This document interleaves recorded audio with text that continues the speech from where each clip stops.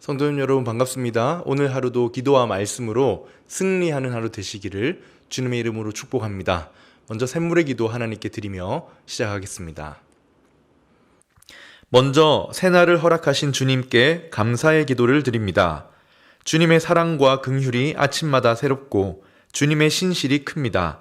하나님께서 내 아버지 되시고 가정과 교회의 주인 되어 주시니 감사드립니다. 오늘도 신실하신 주님께서 우리를 먹이시고 우리를 안전하게 돌보심을 믿고 감사와 찬양을 올려드립니다. 아멘. 사랑이 많으신 주님께 가정을 맡겨드립니다.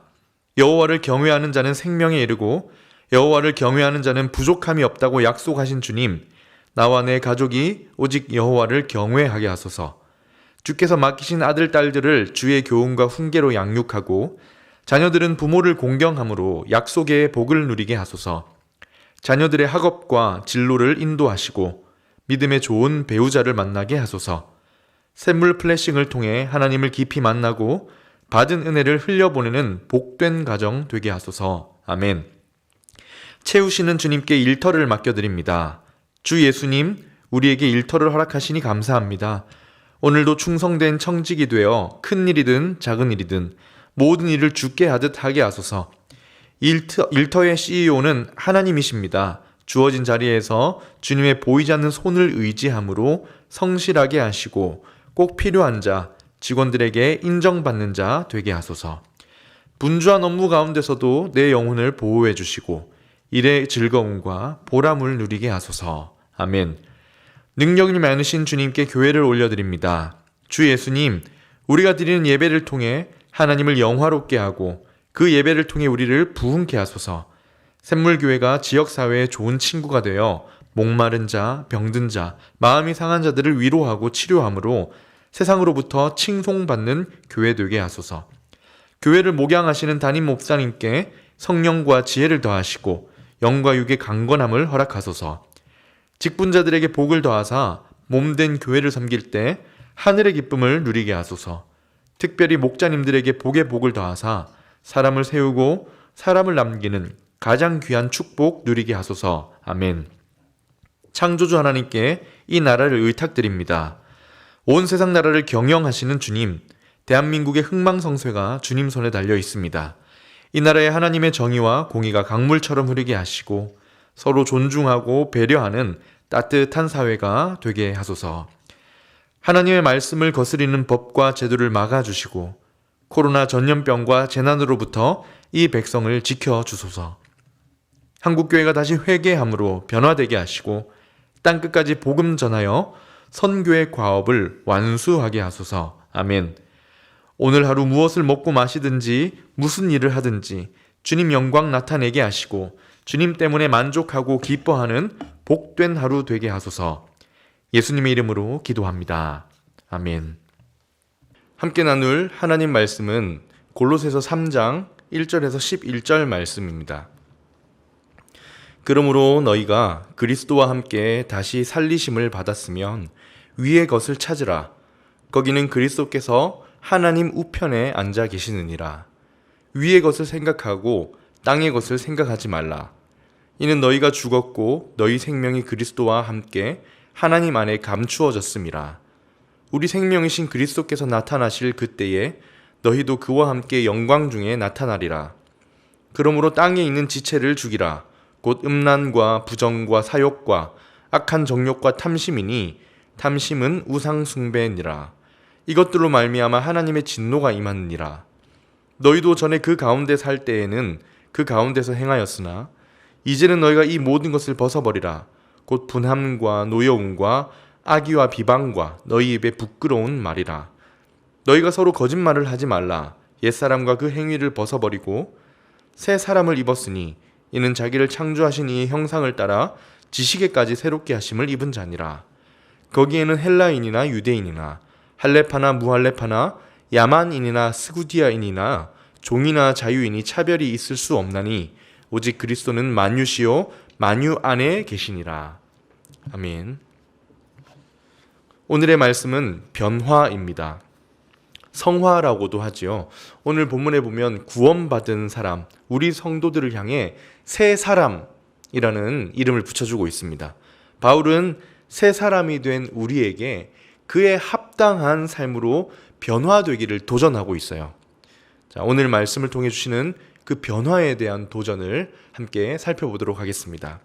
첫 번째 주시는 말씀입니다. 우리의 변화는 의무가 아니라 축복이다. 이것을 기억해야 합니다. 우리의 변화는요, 부담스러운 의무, 꼭 이루어내지 않으면 안 될 부담스러운 의무가 아니라 누려야 할 축복이다라는 거죠. 변화란 새 사람에게만 허락된 축복이라는 사실을 아시고 누리시는 여러분 되시길 바랍니다. 오늘 본문을 보면 1절에서 4절 그리고 10절 이렇게 중간중간에 계속해서 우리의 변화된 존재에 대해서 선포를 합니다. 그리스도와 함께 다시 살리심을 받았다. 너희가 죄에 대해서는 죽었고 의에 대해 다시 살아났다. 너희 생명이 하나님 안에 있다. 그래서 우리가 하나님의 형상을 따라 새롭게 창조된 사람이다. 이렇게 계속 반복합니다. 엄청난 강조를 하기 위한 것이지요. 계속해서 우리가 새 사람이 되었다.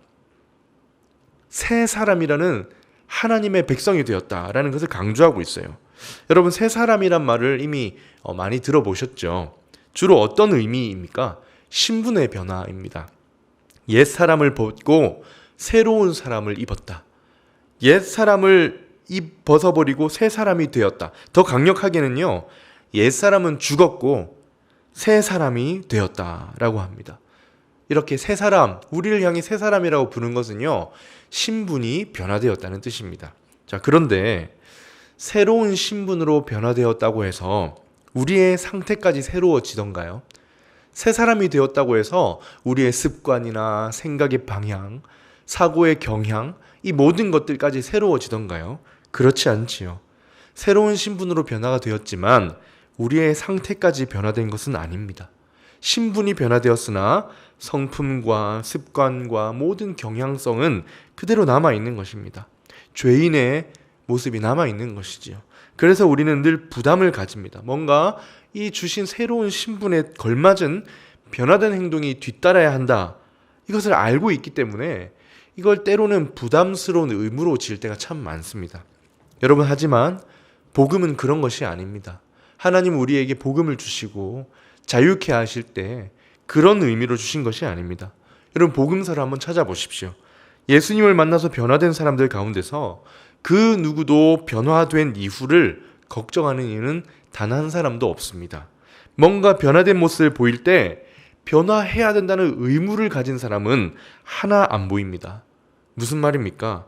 변화된 사람, 새로운 신분을 가지게 된 사람에게 찾아오는 이런 실제적인 변화, 성화는 억지로 내 힘으로 이루어내야 할 의무가 아니라 자연스럽게 누리게 되는 굴러 들어오는 축복과 같다라는 것입니다. 그러면 이런 우리가 이루어야 하는 변화, 상태의 변화는 왜 의무가 아니고 축복일까요? 오늘 첫 번째 나오는 구절에 답이 있습니다. 1절은 조건문으로 시작해요. 조건이 무엇입니까? 너희가 그리스도와 함께 다시 살리심을 받았으면, 너희가 다시 살리심을 받았으면, 3절에서 다시 조건이 반복되는데요. 너희가 죽었고 너희 생명이 그리스도와 함께 하나님 안에 있으면, 똑같은 의미인데 좀 바꾸어서 말하고 있습니다. 또 10절에는 이렇게 바꾸어서 이야기해요. 새 사람을 입었다면, 같은 의미를 가지고 시작하는 조건문으로 볼 수 있습니다. 자, 이 세 가지 조건문을 한 문장으로 다시 정리하면 이렇게 됩니다. 너희가 다시 살리심을 받은 새 사람이 되었다는 사실을 인식한다면, 그 조건에 대한 귀결문이 무엇입니까? 이것도 계속 반복하는데요. 그 새 사람이 되었다는 사실을 인식한다면 위의 것을 찾으라. 위의 것을 생각하고 땅의 것을 생각하지 말라. 자, 여러분, 여기서 그러면 누가 위의 것을 생각하고 땅의 것을 생각하지 않을 수 있습니까? 새 사람입니다. 새 사람이 본인이 새 사람이 되었다는 것을 인식하기만 한다면 가능하다라는 이야기예요. 다시 살리심을 받은 새 사람이 아니고서는, 다른 말로 하면 불가능한 일이 새 사람에게는 일어날 수 있다는 것입니다. 여러분, 새 사람이 아니면 위의 것을 생각할 능력이 결여되어 있습니다. 아예 꽝이에요. 그러나 다시 살리심을 받은 새 사람은 위의 것을 생각할 가능성을 부여받은 존재가 되었다는 것입니다. 새 사람은요, 땅의 것을 멀리하고 위의 것을 찾을 수 있는 마음과 힘을 부여받은 존재가 되었다는 것입니다. 그래서 말씀이 내거는 조건이 무엇입니까? 다시 보면 너희가 다시 살리심을 받은 새 사람이라는 사실을 인식한다면 위의 것을 찾으라. 가능하다는 거예요. 너희에게 가능하다는 겁니다. 왜냐하면 새 사람에게는 비록 여전히 땅에 발을 딛고 살고 있지만 땅의 것을 죽이고 위의 것을 사모할 힘과 마음을 공급받았기 때문입니다. 이것을 바꾸어 말하면 뭡니까? 아무나 할 수 없는 것을 새 사람은 한다는 겁니다. 아무나 할 수 없는 것, 불가능한 것을 누가 한다는 거예요? 새 사람이 할 수 있다는 겁니다. 그래서 이 변화는요, 새 사람만이 누릴 수 있는 축복이다라는 것입니다. 예를 들면 어린 아이가 한약을 먹는 것과 같다라는 생각이 들었습니다. 여러분, 쓴 한약을 먹는 것이 의무처럼 다가오지요, 아이에게. 이 쓴 걸 마셔야 되나? 한 달이라는 기간 동안 너무 부담스럽다. 이게 참 그렇게 느껴지지만 사실 이것이 아이에게 의무입니까? 아니면 축복과 사랑입니까? 사실은 축복과 사랑이지요. 아무나 먹는 게 아니지 않습니까? 그것을 주신 부모님이 계시고 사랑을 받는 자녀로서 그 받은 사랑을 먹고 건강을 위해 나아간다는 누려야 할 사랑과 축복인 것입니다. 받은 사람이 먹을 수 있는 거죠. 따라서 오늘 새 사람의 신분에 걸맞은 변화된 상태, 변화된 삶을 갖는 것은 의무가 아닌 나에게 주신 축복이구나 라는 것을 기억하는 것이 변화를 추구하는 첫 걸음이라는 것입니다. 변화가 쉬워야 합니다. 부담이 되고 억지스럽고 의무가 되면요, 변화가 일어나지 않을 뿐더러 쉽게 지치고 재미가 없습니다. 신앙생활에 재미가 없어져요. 그러나 변화는 구원해 주신 하나님의 자녀에게 주신 새 사람에게 주시는 누릴 수 있는 축복이다. 이런 마음으로 변화를 추구하는 성도님 되시기를 축복합니다. 두 번째 주시는 말씀입니다. 이제 그 변화의 구체적인 방법이 두 가지가 나오는데요. 두 번째는요, 마음을 땅에서 떼어내라 입니다. 이 땅에 두었던 마음을 떼어내라는 겁니다. 이 땅에 몰입하고 집중하고 집착했던 마음을 떼내라는 거예요. 우리의 신분은 변화되었지만 상태는 한 방에 변화되는 것이 아니라 점진적으로 계속 변화를 이루어가야 합니다. 바울은 이것을 두고 마음을 계속해서 떼어내라고 합니다. 여러 가지에 붙어있던 마음을 하나씩 지속적으로 떼어내야 하는 것입니다. 좀 더 성경에 나온 표현대로 강하게 표현하면요, 땅에 있는 마음을 계속 죽여라 라는 표현을 씁니다.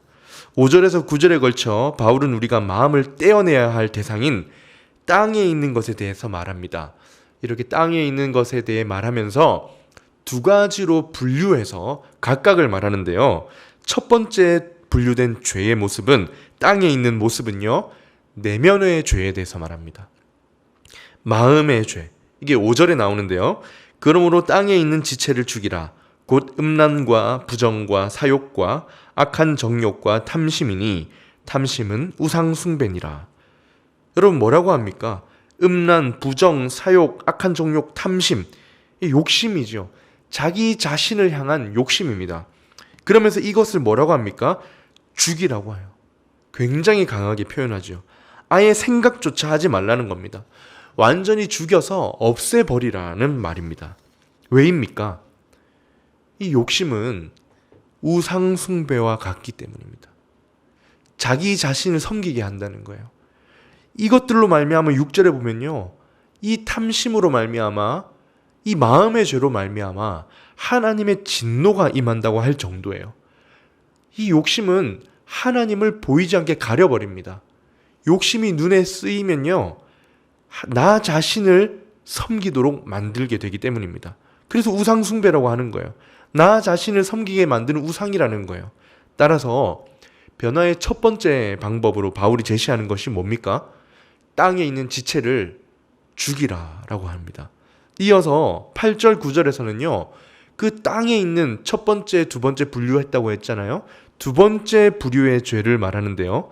앞에는 마음의 죄, 내면의 죄, 욕심, 탐욕, 우상숭배라고 정의되었다면 두 번째는 그 결과로서 나타나는 죄의 모습입니다.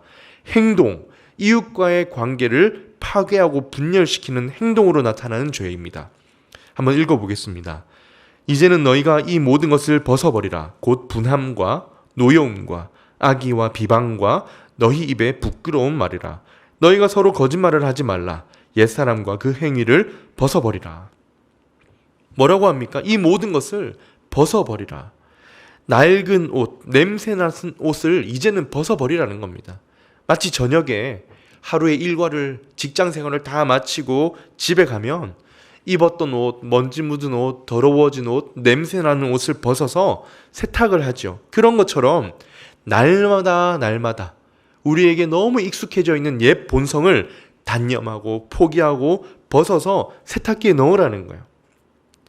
이처럼 마음을 땅에서 떼어나는 것, 이것이 변화를 위한 방법 첫 번째라는 겁니다. 이것이 불가능한 것이 인생인데, 죄인인데, 새 사람에게는 성령님이 감당할 마음도 주시고 힘도 주시기에 이게 우리가 누릴 축복이 될 수 있다는 겁니다. 그를 위해 첫 번째, 땅에서 마음을 떼어내라는 겁니다. 자, 마지막 세 번째입니다. 세 번째 주시는 말씀은 마음을 예수님께 두라입니다. 마음을 예수님께 두라. 예수님을 찾으라는 겁니다. 예수님을 가까이 하기를 갈망하라는 것입니다.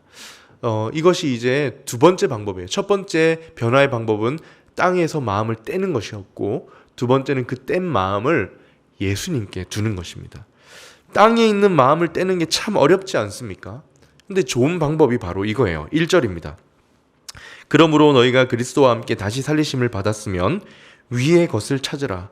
거기는 그리스도께서 하나님 우편에 앉아 계시느니라. 여러분, 여기서 위의 것을 찾으라는 명령은요, 집요하고 지속적이고 끈질기게 간절히 찾으라는 말입니다. 새 사람이 되었지만 여전히 땅에 살고 있죠. 땅의 습관과 경향성을 계속 가지고 있어요. 그래서 집요하게 지속적으로 마음을 하나님께 두려고 해야 한다는 겁니다. 여러분, 이게 영적인 원리예요. 땅에 있는 마음을 떼는 게 어렵잖아요. 우리 마음에는 두 가지 마음이 있다고 성경은 말합니다. 갈라디아서에서 보면 육체의 소욕과 성령의 소욕이 두 가지가 서로를 거슬러 대적하고 싸우고 있다고 해요. 오늘 말씀과 같이 땅에 있는 것, 위에 있는 것, 이런 것처럼 육체의 소욕과 성령의 소욕이 있는 것이지요. 그러면 육체의 소욕을 떼어버리는 방법이 무엇일까요? 육체의 소욕을 억누르면 될까요? 그렇지 않습니다. 성령의 소욕을 더 귀하게 여기고 따르고 쫓아가면 육체의 소욕이 자연히 소멸되는 것입니다. 이것이 하나님이 주신 영적 원리예요. 그처럼 땅에서 마음을 떼는 가장 좋은 방법이 무엇입니까? 땅과 씨름하는 게 아니라 마음을 예수님께 두는 것입니다. 마음을 예수님께 지속적으로 두려고 노력하면 자연스럽게 땅에서 마음이 떨어져 나가는 것입니다. 여기서 또한 중요한 건 우리가 찾는 대상인데요. 위에 있는 것이 누구일까요? 예수님입니다. 하나님 우편에 앉아 계신 그리스도입니다. 우리에게 영생을 주시고 영원한 상을 주실 분, 우리가 영원히 함께 거할 예수님을 바라고 찾으면서 오늘의 이 땅을 살아가라는 것입니다. 비록 오늘 슬픔과 고통, 욕심과 욕망이 우리를 사로잡고 흔든다 할지라도 집요하게 예수님을 찾으라는 거예요. 사실 집요함, 간절함, 이 모든 동사와 어떤 형용사보다 더 중요한 것은 대상이신 예수님을 찾는다는 사실입니다. 세상에 많은 사람들이 무언가를 찾지요. 그러나 우리가 찾는 것은 다릅니다. 확실합니다. 우리에게 영생을 주시는 분이시고 사망 권세를 짓밟으신 승리하신 주님이세요. 우리에게 영원하고도 참된 소망을 주시는 예수님을 항상 찾고 주님께 마음을 두라는 것입니다. 말씀을 정리하겠습니다. 새 사람이 된 여러분, 우리에게 변화는요, 의무가 아닌 축복입니다. 누려야 할 축복이라는 믿음으로 오늘도 땅에 있는 마음을 조금씩 떼내시기 바랍니다. 그리고 떼어낸 마음을 집요하게, 간절하게 예수님께 두고 만나고 찾기를 사모합시다. 그를 통해 하나님께서 저와 여러분의 삶에 풍성한 변화를 허락해 주시기를 주님의 이름으로 축원합니다. 아멘. 함께 기도하겠습니다. 땅에 있는 마음을 떼어 예수님께 두는 매일의 삶이 되게 해주시옵소서라고 기도하면 좋겠고요. 내일 있을 주일 예배를 위해 기도하겠습니다. 하나님의 임재하심을 경험하는 거룩한 예배 하나님께 드리게 하옵소서. 그리고 개인의 기도 제목으로 기도하도록 하겠습니다.